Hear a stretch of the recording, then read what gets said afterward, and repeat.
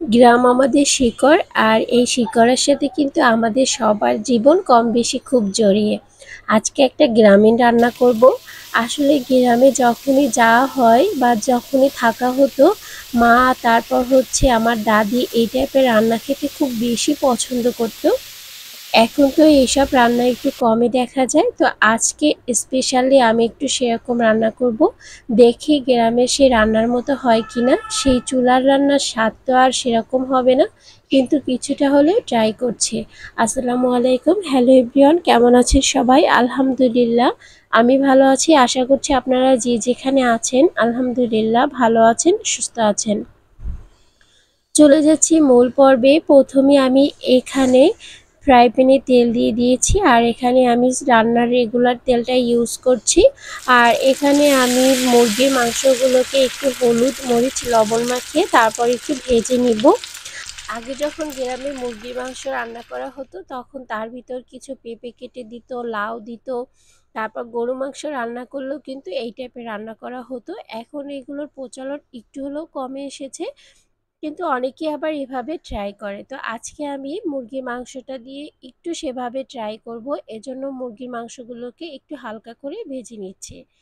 এক সাইড ভেজে নেওয়ার পর তারপর আমি একটু উল্টে দিব অন্য সাইড ভাজার জন্য। আর আজকে আমি পোলট্রি মুরগি ইউজ করছি। আপনারা চাইলে কিন্তু দেশি মুরগি দিয়েও রান্নাটা করতে পারেন, সেটার টেস্টটাও খুবই ভালো হবে। এরকম রান্নাটা গরু মাংস দিয়েও অনেক মজা হয়, কিন্তু আজকে আমি চিকেনটা দিয়েই করছি। যেহেতু অনেক গরম পড়ে গিয়েছে, আর গরমের ভিতরে গরু মাংসটা খেলে অনেক সমস্যা দেখা দেয়। তো মুরগি মাংসগুলো ভাজা হয়ে গেছে এক এক করে, এখন আমি একটু তুলে নিচ্ছি। অবশিষ্ট যে তেল রয়ে গেছে এটার ভিতরে কিন্তু আমি রান্নাটা শেষ করব। আর একটু তেলের প্রয়োজন হবে, এজন্য এখানে আমি একটু সরিষার তেল ইউজ করছি। সরিষার তেল দেওয়ার কারণে সুন্দর একটা স্মেল আসবে। তো এখানে গোটা গরম মশলা দিয়ে দিয়েছি, এখানে শুকনো মরিচ, এলাচ, দারচিনি আর হচ্ছে তেজপাতা দিয়ে দিচ্ছি।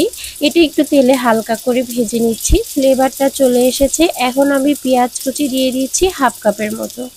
আজকের রান্নাটায় পেঁয়াজের পরিমাণ একটু বেশি দিয়েছি। যে কোনো সবজি দিয়ে যদি আপনি চিকেনটা রান্না করতে চান সেক্ষেত্রে পেঁয়াজের পরিমাণটা যদি কম হয়ে যায় তাহলে কিন্তু পানসে লাগবে, খেতে একদমই ভালো লাগবে না। তো পেঁয়াজটা লাল হয়ে আসলে বাটা মশলা হিসেবে রসুন বাটা দিয়ে দিচ্ছি 1.5 চা চামচ, আদা বাটা 1 চা চামচ, জিরা বাটা 1 চা চামচ। তো এ পর্যায়ে সব কিছু দেওয়া হয়ে গেছে। এখন আমি সামান্য পানি দিয়ে মশলাগুলো কষিয়ে নিচ্ছি। আর একটু সময় কষিয়ে এ পর্যায়ে আমি গুঁড়ো মশলাগুলো ইউজ করছি। এখানে আমি দিচ্ছি হলুদের গুঁড়া হাফ চা চামচ, লাল মরিচের গুঁড়া দিয়ে দিচ্ছি 1 চা চামচ, লবণ দিয়ে দিচ্ছি 2 চা চামচ। আপনাদের লবণ মাংসের পরিমাণ অনুযায়ী তারপর নেবেন। তো মশলাটা এখন ভালোভাবে একটু কষিয়ে নিয়েছি। আর মশলাটা কষাতে কষাতে যখন এর কালারটা একটু চেঞ্জ হয়ে আসবে তখন আমি এখানে কেটে রাখা সবজিটা দিয়ে দিব। আর আজকে আমি পেঁপে দিয়ে মুরগি মাংসটা রান্না করব। সবার কাছে অনেক পরিচিত রান্নাটা হলেও কিন্তু এইসব রান্নার প্রচলন কিন্তু আগে অনেক বেশি ছিল। সবাই এরকম রান্না খুব বেশি পছন্দও করতো। আর আমার কাছেও একটু ভালো লাগে, আমি বাসায় ম্যাক্সিমাম টাইমই এটা ট্রাই করি। আর গরমে তো এই রান্নাটার জুড়ি নেই, কারণ গরমে একটু সবজি দিয়ে চিকেনটা রান্না করলে খেতে কিন্তু খুবই ভালো লাগে। তো আমি পেঁপেটাকে ভালোভাবে কষিয়ে তারপর এখানে আমি মুরগির মাংসগুলো ভেজে রেখেছিলাম সেগুলো দিয়ে দিচ্ছি। এ পর্যায়ে আমি ভালো করে নেড়ে চেড়ে নিচ্ছি। আর কালারটা দেখতে পাচ্ছেন কতটা সুন্দর হয়েছে। এখন আমি ঢাকনা দিয়ে ঢেকে রেখে দিচ্ছি। ঢাকনা খুলে এবার আবারও একটু ভালো করে নেড়েচেড়ে দিচ্ছি। আর আমি অনেকক্ষণ যাবতই কষিয়ে নিয়েছি। আর কষানো হলে এখানে আমি ফুটন্ত গরম পানি ব্যবহার করব। তো আবারও একটু ঢাকনা দিয়ে ঢেকে এ পর্যায়ে ঢাকনা খুলে আবারও নেড়েচেড়ে দিচ্ছি। আর এখন কিন্তু অনেক কষানো হয়ে গিয়েছে, দেখতে পাচ্ছেন মশলাটা একদমই শুকিয়ে এসেছে। তো এ পর্যায়ে আমি গরম পানি ইউজ করব। আর গরম পানিটা বেশি পরিমাণ ইউজ করব না, কারণ পেঁপে সিদ্ধ হতে কিন্তু একদমই কম সময় প্রয়োজন হয়। এখন আমি 2 থেকে 3 কাপের মতো গরম পানি দিয়ে দিচ্ছি। আর এখন ঢাকনা দিয়ে ঢেকে তারপর আমি মাংসটা রান্না করে নিব। আর এই রান্নাটা খুবই সহজ, কিন্তু খেতে কিন্তু দারুণ লাগে। যারা এভাবে করেননি অবশ্যই বাসায় ট্রাই করতে পারেন। তো ঢাকনা দিয়ে ঢেকে রেখে দিচ্ছি। তো কিছুক্ষণ পর ঢাকনা খুলে একদমই পানিটা শুকিয়ে এসেছে। আর রান্নাটা যেহেতু একটু মাখা মাখা আমি করব, তো বেশি পানি শুকাবো না। তো এই পর্যায়ে আমি একটু গরম মশলার গুঁড়ো উপর থেকে দিয়ে দিচ্ছি। ফ্লেভারটা খুবই সুন্দর আসবে আর মাংসটা খেতেও কিন্তু খুব ভালো লাগবে।